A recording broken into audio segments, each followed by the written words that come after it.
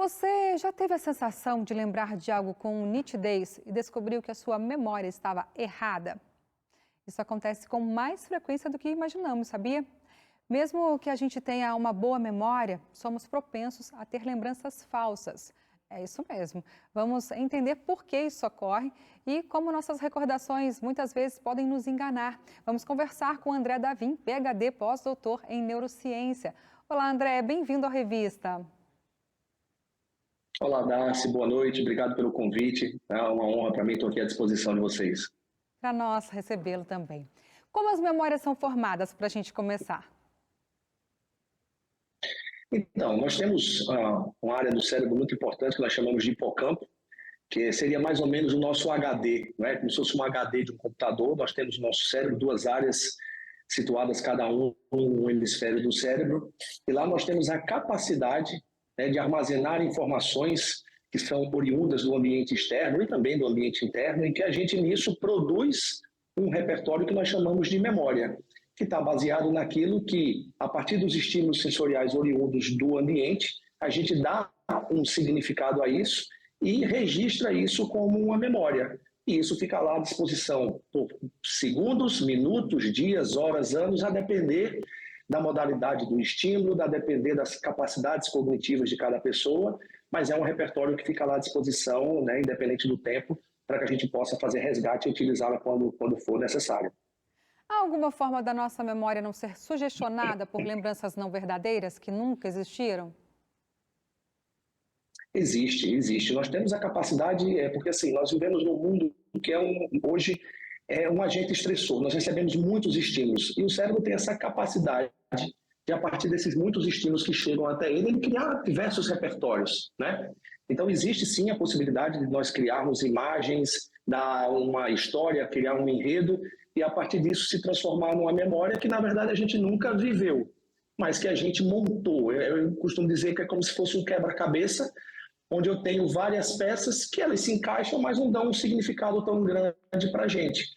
E isso é o que a gente consegue muitas vezes dizer que o cérebro, ele num primeiro momento, ele tem muita dificuldade ou praticamente não consegue diferenciar aquilo que se imagina, né, o imaginado, do que é o real. Muitas vezes porque nós temos essa capacidade. Isso é muito aflorado na fase de infância, onde a gente tem momentos em que a gente cria muitas fantasias, então nós pegamos recortes de estímulos, montamos um enredo, damos cores, movimento, profundidade, e disso nós criamos memórias. À medida que a gente evolui, a gente começa a ter mais discernimento daquilo que faz sentido, do que não faz sentido, e a gente vai evoluindo, obviamente, de acordo com esses estímulos, sendo mais seletivos e formando memórias mais adequadas, baseadas até no desenvolvimento cronológico do cérebro dessas pessoas. É por isso que é tão importante a gente administrar os nossos pensamentos, né? Agora, André, um experimento induziu estudantes a criar lembranças falsas de atividades que nunca aconteceram, relatadas pelos pais ali dos voluntários. Surpreendentemente, 70% dos participantes desenvolveram falsas lembranças, mostrando como é possível implantar recordações inverídicas. Isso demonstra o quanto somos suscetíveis a falsas lembranças, não é? Qual o impacto dessa Exato. pesquisa sobre falsas lembranças na justiça penal, por exemplo, em que podemos acusar alguém injustamente? Exato. São aqueles lados mais obscuros, né, de alguns experimentos que buscam mostrar as capacidades cognitivas e emocionais que o nosso cérebro tem, independente daquilo que é real ou não.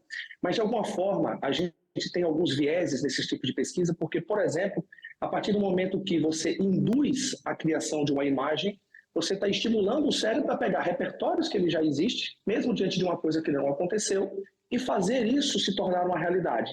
E aí, pelo fato do cérebro ter a dificuldade de distinguir o que é real do que é imaginado, aquilo passa a ser uma verdade. Então, assim, isso foi um estudo muito bem feito, um recorte interessante, e que mostrou essa capacidade. E isso pode ter interferência nas mais diversas áreas. Você trouxe a área jurídica, que é uma área que está crescendo muito, né, no que diz respeito à neurociência. Hoje nós temos o neurolaw, que seria uma tradução literal para o português, o neurodireito, que Harvard, por exemplo, tem bases de pesquisas já em cima disso, e que está enveredando por essa área para tentar entender melhor os mecanismos neurais que estão relacionados com isso. Então, técnicas que eram utilizadas antigamente, por exemplo, para tentar identificar numa pessoa um comportamento relacionado a uma inverdade, hoje em dia já não são elementos tão característicos, né? A gente via técnicas antigamente que o pessoal dizia, se estiver olhando com os olhos inclinados para a esquerda e para cima, é sinal de que está mentindo. Se você hoje for conversar, por exemplo, com algumas pessoas que têm um transtorno do espectro autista, dificilmente ele vai ter a capacidade de estar conectado, direcionando o olhar todo para você. Isso não quer dizer que ele está fugindo de uma realidade. O cérebro dele sabe do que está falando, entende, mas ele tem uma dificuldade de focar. Então, são estratégias que já foram usadas assertivamente a um determinado momento, mas talvez agora nós tenhamos muito mais recursos para entender o cérebro e, a partir disso, a gente ter mais refinamento nas nossas tomadas de decisões com relação a esse tipo de conduta. Andréa, nós somos aqui um programa de boas notícias, estamos numa emissora que fala muito de esperança e, em contrapartida, a gente está exposto o tempo todo nos celulares, em que a gente consome de mal, né, de notícias más, e isso afeta o nosso cérebro ou não? Com certeza, com certeza. Primeiro, parabenizar o canal de vocês, que é um canal que prioriza notícias que são edificantes. Na hora que você traz notícias edificantes, você estimula o desenvolvimento no sentido positivo das emoções. Então, eu costumo dizer que nós temos emoções positivas e negativas. Quanto mais eu trago estímulos que estão relacionados à violência, à pobreza, à desesperança, à guerra, todo esse cenário que a gente está vivendo, isso tem uma tendência natural a deixar o nosso cérebro preparado para se tornar reativo, até mesmo aquilo que foge à nossa rotina. Como, por exemplo, a gente sabe que está tendo uma guerra longe daqui, entre Israel e o grupo Hamas.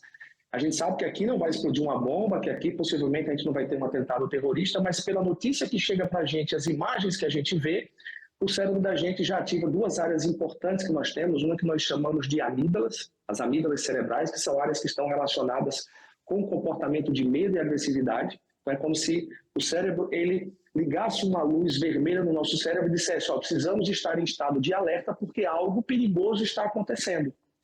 Então, a gente acaba que eleva em função disso os níveis de cortisol. Então, a glândula supraadrenal, as glândulas adrenais, elas produzem, aumentam o nível de cortisol que vai atuar sobre o próprio cérebro da gente.